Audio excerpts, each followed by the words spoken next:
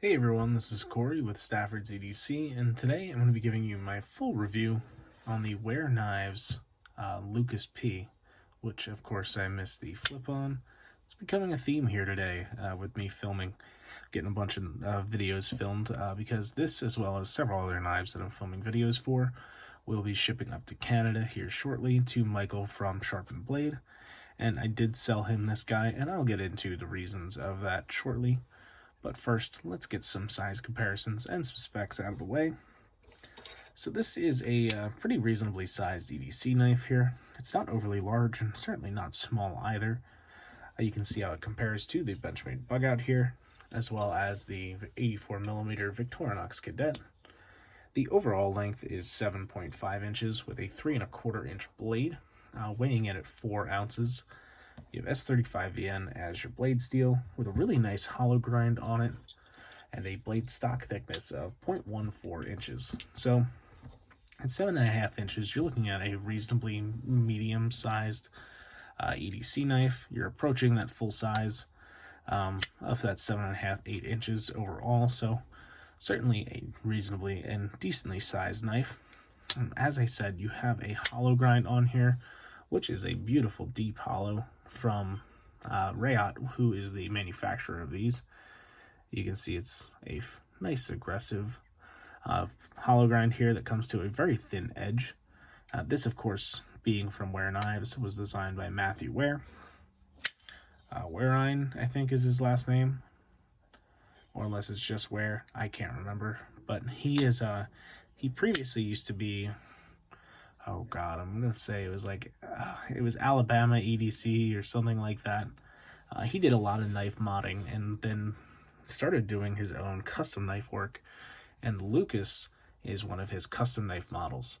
And he got enough popularity and enough interest to do a production model, so he, drew up this design with Wehr and was able to get this done. This came in 3 configurations. This natural micarta with the acid washed blade. There was also one with OD green micarta and an acid washed blade, and then a full titanium version with a satin blade.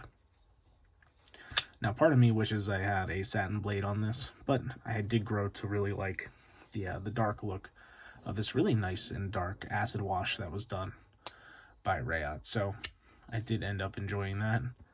And yeah, let's talk a little bit more about the knife. I've already talked about the hollow grind, and with that, let's talk about cutting performance.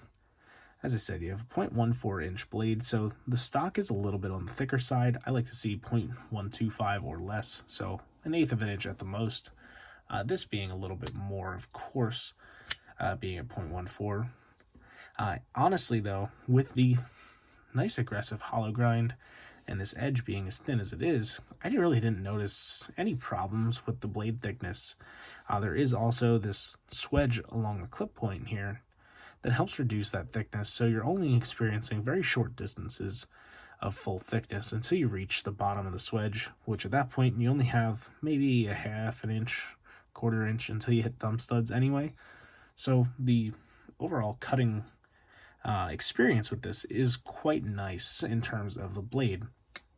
There's really no complaints coming off of that. The hollow grind makes it pass nicely through material, and it's not overly aggressive that once you get to this point that you feel a sudden drag. It is actually carried out really nicely down to that edge, so it's a nice transition into that thickness, and then your swedge allows it to reduce that drag just a little bit. So really nice to cut with. Ergonomically speaking, this handle is I really like it and I really don't like it at the same time. This big area here, mixed with this flat portion, makes me confused on how to hold it.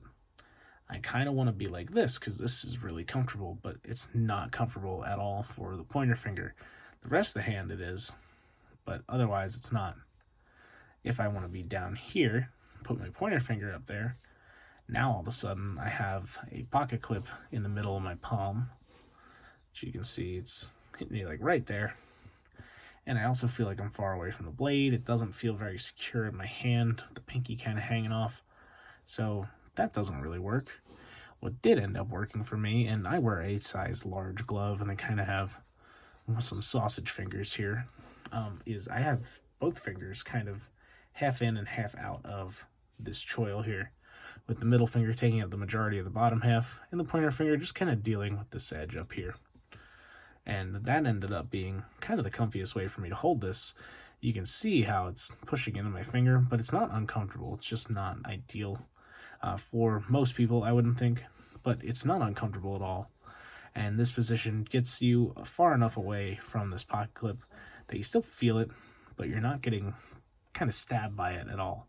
So there's really no problems from that pocket clip as there would be with a slightly different grip. So it does work out the best that way from what I have found.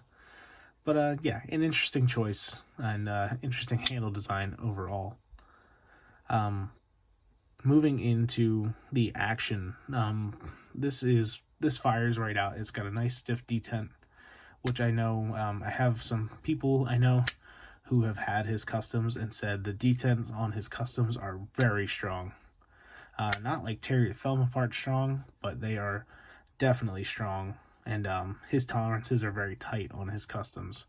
So there is no room for play or slop or anything like that. So having a nice stiff detent that he made sure was carried through by Rayot is really nice to see.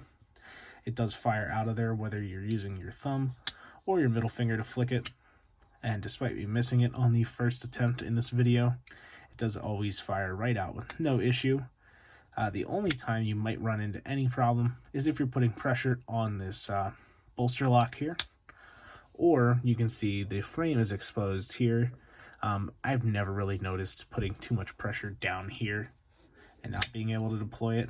There's really not enough sticking out, and it is chamfered. So it's tough to put too much pressure down there, but just keep that bolster lock in mind, and you should be fine. And regarding the action on the close, I don't remember if this has a detent ramp on the feel for it. I don't think it does. For some reason I thought it might have, but you can feel the detent break. The detent break is very early on this, and what that means is when the knife is going to close, there is inside of there, which I don't know if I'm going to have a good enough way for you to see this. Probably not. But you can see there's a very small ball sticking up right in front of my finger here. That's the detent ball. Now at some point when closing the knife, the bottom of the blade tang that engages the lock is going to be making contact with the ball, which it is right now. Right here, it now is. And that is very early on in the process of closing this knife. So as soon as you break the detent, break that position, now this knife will just close with no other obstacles in the way. Now, an early detent break is really important to a nice smooth close. With certain knives, you're just not gonna enjoy the action. The Spyderco stovepipe, which I have not experienced yet, but Kevin over at Lefty EDC has. This is the position where the detent breaks. So you go to drop this. You know, if this was the stovepipe, you'd go to drop it on your finger, and then right here, you go to flick it closed, and it could flick back open because of the detent not being broken yet, which is the same thing as if I were to try and close this guy from here, shake it closed. You heard it opened back up there, and it relocked. But thankfully, since it breaks that detent so early, once we pass that point, which is right there, you can just shake it shut with no issue. Now I will say the lock bar tension on this is a little bit on the stronger side, so to get that really nice drop shut action, you want to engage this lock pretty low, because if you're up here, you might have to give it a little more to shake it shut. But I've noticed that if I'm down here and I get it past this 90-degree point, right here it's a little stiff, but as soon as it gets down to here, it shakes shut with no issue, and I don't know why that is. I couldn't find really a good reason, but I do find that it closes much better once it's past that 90-degree mark. As I said, the detent doesn't have anything to do with it because the detent's being broken all the way up there. But yeah, so action on the open and the close is really great. You do have to put some pressure into this lock bar. As I said, it does have a good amount of lock bar pressure, but it is money. The detent's solid, the action is great, cutting performance is great, and it's overall a really great knife. Now, the biggest reason I sold this is just because I needed money. And that's the big thing, is it was a knife that Kevin had, Kevin from Left EDC again, he had this knife with him for a long time, for like a month, maybe a little longer, which is not his fault at all. It's just me being too lazy and too busy to set up time to come and get it from him. He lives like 20 minutes away from me, so whenever we exchange stuff, we just meet up and grab lunch. Just being too busy to do it. He had this for a long time. And the biggest thing for me is that I just didn't miss it. I have other knives that fill this kind of gap for me. This size of a knife, if I want a frame lock around this size, it's a little smaller. I have my Roosevelt, and I have the TRM Atom and Neutron for other thumb stud knives that I really like. Though this aesthetic and just overall design I really enjoy, and it is a fantastic knife. Now, I do know that he is planning on doing more of these, maybe not the exact ones, but he was talking about like a version 2 coming out soon, as well as production models of some of his other knives. So if you want to keep up with Matt's work from Wehr Knives, you're going to have to check him out on Instagram, which, if I remember, I will link it in the description. If not, it's Wehr, W-E-H-R, Knives, and it'll be in the title of the video, I'm sure. So you can find his information on all social medias and whatnot. But yeah, so if you want one of these, you're gonna have to look on the secondary market for them. Look to pay anywhere between like $325, $300, all the way up to like $500 if these are new and have the Damascus kits with them, which I know is a pocket clip, and it may be some hardware as well, but I'm not positive about that. But yeah, really, really great knife. I know Mike's going to love this one. Knowing his taste, he's going to be a big fan. So that is where I'm going to leave this one off. Thank you guys so much for watching, and have a great rest of your day. Take care.